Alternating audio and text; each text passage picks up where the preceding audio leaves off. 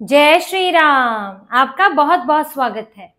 पश्चिम बंगाल में जैसे जैसे एसआईआर की प्रक्रिया तेज हो रही है, ममता बनर्जी और उनके नेताओं की बौखलाहट बढ़ रही है। बेचैनी अब शब्दों से टपकने लगी है और पश्चिम बंगाल में अब बयानों में धमकियां शामिल हो गई हैं। कोई पांव तोड़ने की बात कर रहा है तो कोई पेड़ से बांधने की बात कर रहा है। ममता बनर्जी के छोटे से लेकर बड़े नेता एसआईआर को रोकने का दावा कर रहे हैं और बोल रहे हैं लोगों से कि अगर कोई पूछने आए तो उसे जानकारी ना दो, पेड़ से बांध दो, उसको पांव उसके तोड़ दिए जाएं। और ममता बनर्जी ये होने नहीं देगी, एनआरसी नहीं होने देगी, एसआईआर नहीं होने देगी, इनके नेता दावा कर रहे हैं। क्योंकि अब एसआईआर की प्रक्रिया शुरू हो चुकी है और जल्द ही नवंबर में 4 नवंबर के बाद घर घर जाकर जानकारी जुटाई जाएगी और फर्जी मतदाताओं को हटाया जाएगा। और इसी का डर सता रहा है और ये ज्यादातर बयान आ रहे हैं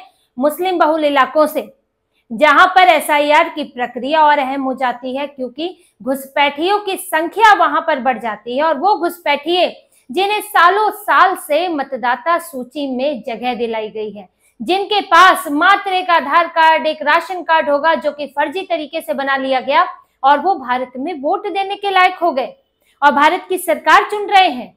लेकिन अब एसआईआर में ऐसा नहीं होगा।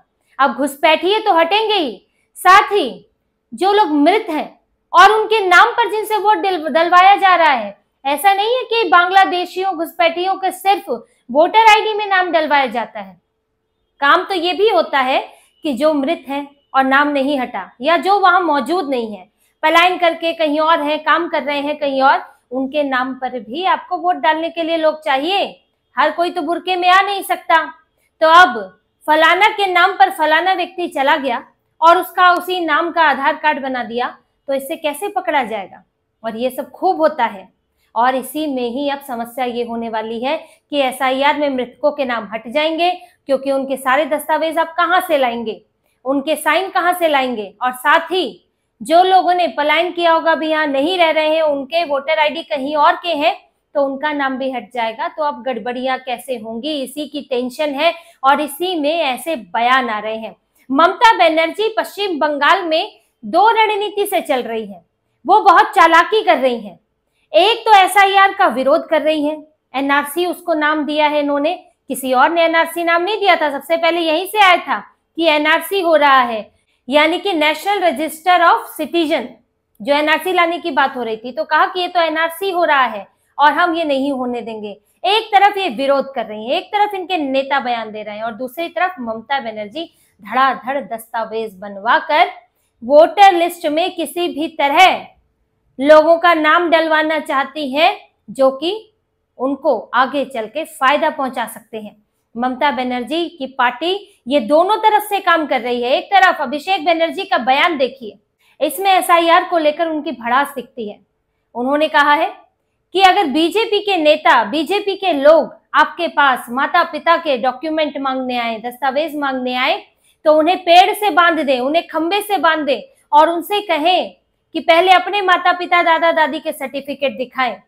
अब इसका मतलब क्या है कि यहाँ पर आप अपने कागज मत दिखाओ। जो सीएए के लिए बोला गया, एनआरसी के लिए बोला गया, इसमें भी यही कि कागज मत दिखाओ। चाहे बीजेपी के लोग आए या कोई और लोग आए, बीजेपी के कहना तो एक बहाना है।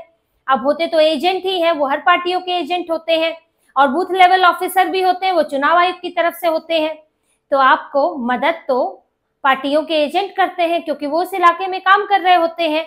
और यहाँ पर हर पार्टी से बोला जाता है अपने एजेंट भेजिए, बिहार में भी बोला गया था। तो उनको कागज मत दिखाओ, यानी कि एसआईआर की प्रक्रिया पूरी मत होने दो। इन्हीं के एक नेता हैं फिरहाद हाकिम, उन्होंने कहा कि जब तक ममता बनर्जी हैं तब तक यहाँ पर एनआरसी नहीं होने देंगे।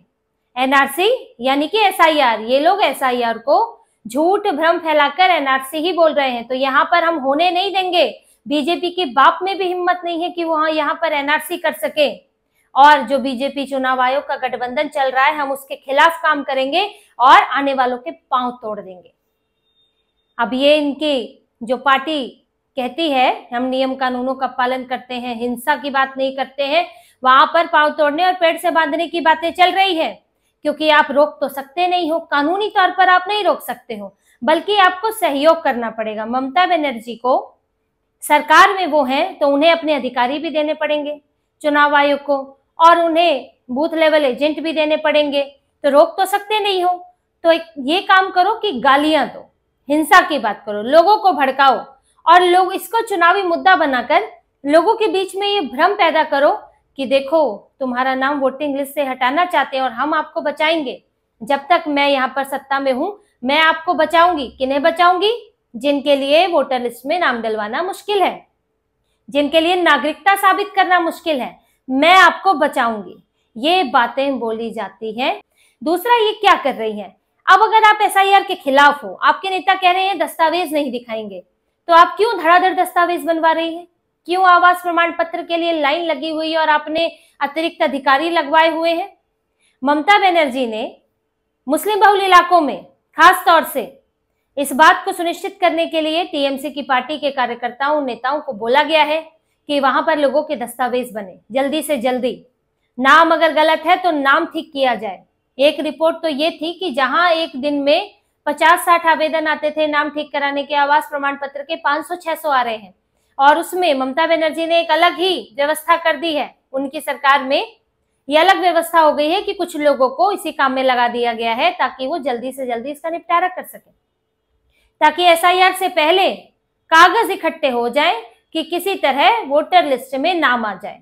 उधर ममता बनर्जी ने एसआईआर शुरू होने से पहले फटाफट अधिकारियों के तबादले कर दिए और खास तौर से किन इलाकों में किए हैं? उत्तर दक्षिण 24 परगना, कूच बिहार, मेदिनीपुर, वही इलाके जो कि मुस्लिम बहुल है, वहां पर इन्होंने अधिकारी बदल दिए और अपनी पसंद के अधिकारी ले आई है। क्योंकि जब चुनाव आयोग की एंट्री होगी तो चुनाव आयोग जब यहाँ से अधिकारी लेगा, डिपुटेशन पर लिया जाता है, उसमें चुनाव आयोग अपनी मर्जी से अधिकारियों को जिला निर्वाचन अधिकारी नियुक्त करता है।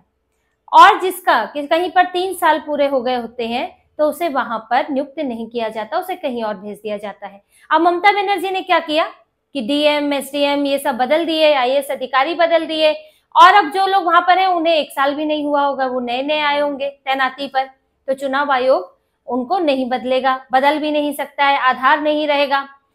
इसमें ममता बनर्जी ने अब देखिए यहाँ पर सारी चीजें उनके मुताबिक हो, इसलिए अपने अधिकारी उन्होंने रख दिए हैं। और इस बीच में पश्चिम बंगाल में तो गजब की घटनाएं हुई है। 3 लोगों ने आत्महत्या की है, कथित तौर पर है, अभी इसकी पूरी तरह से पुष्टि नहीं है। और ये जो 3 मौतें हुई हैं इनको कहा जा रहा है कि एसआईआर को लेकर हुई है, एनआरसी को लेकर हुई है, लोगों में डर है इस बात का। और बड़ा ही संदेहास्पद है ये तीनों ही मामले। एक मामले में तो पश्चिम बंगाल पुलिस का कहना है कि कोई सुसाइड नोट नहीं मिला, कहीं ये नहीं लिखा है कि मैं एसआईआर के कारण अपनी जान दे रहा हूं। ये 3 मामले देखिए आप, ये हैं क्या। सबसे पहला केस नॉर्थ 24 परगना का 57 साल के प्रदीप कर, उन्होंने एनआरसी को अपनी मौत के लिए जिम्मेदार बताया है और डायरी में एक नोट छोड़ा था। उनके पिता बांग्लादेश से 6 दशक पहले ही भारत आ गए हैं, फिर भी उन्हें डर लग रहा था कि मेरा नाम कट जाएगा। दूसरा केस आया कूच बिहार से 63 वर्षीय किसान बताए जा रहे हैं खैरुल शेख। उनको यह डर था कि दस्तावेजों में मेरे नाम की स्पेलिंग गलत है, इसलिए मेरा नाम एसआईआर में वोटर लिस्ट से हट जाएगा।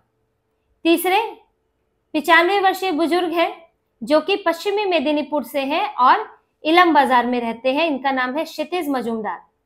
इनकी पोती ने बताया है कि इनको डर था कि इनका नाम इससे हट जाएगा और फिर उन्हें वापस बांग्लादेश भेज दिया जाएगा। और 2002 की मतदाता सूची में जो कट ऑफ डेट है उसमें इनका नाम नहीं था, हालांकि इन्होंने कोई भी चिट्ठी या कोई नोट नहीं छोड़ा है।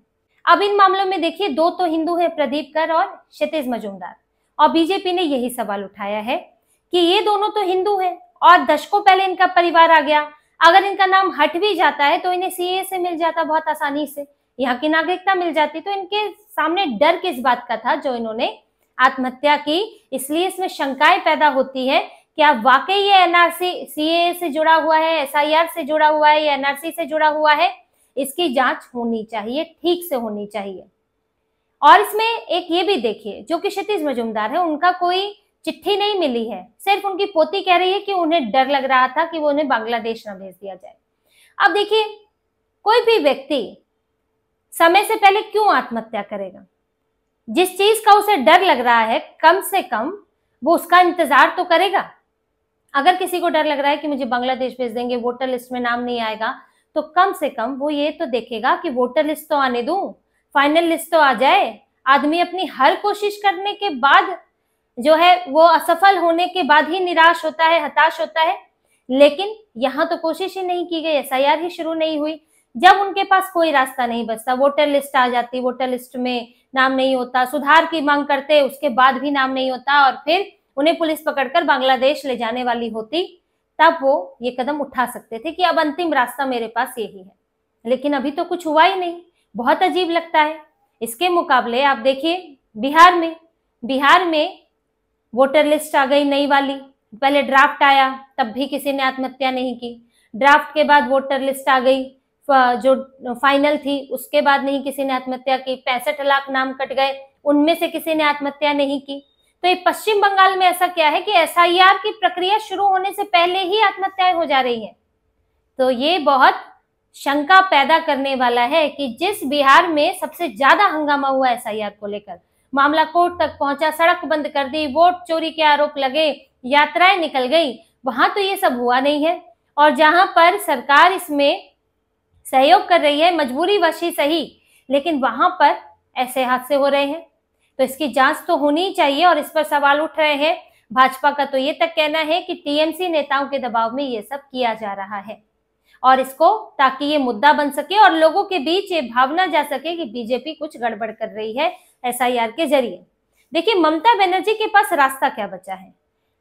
अब जब एसआईआर बिहार में पहली बार हुआ तो कोर्ट जाने का रास्ता था, सड़क बंद करने का रास्ता था, और क्योंकि वहां पर सत्ता में बीजेपी थी और विपक्ष में कांग्रेस और राजद, तो आपको कोई जवाबदेही नहीं है, आपको चुनाव आयोग को सपोर्ट भी नहीं करना है, आपको सिर्फ विरोध करना है।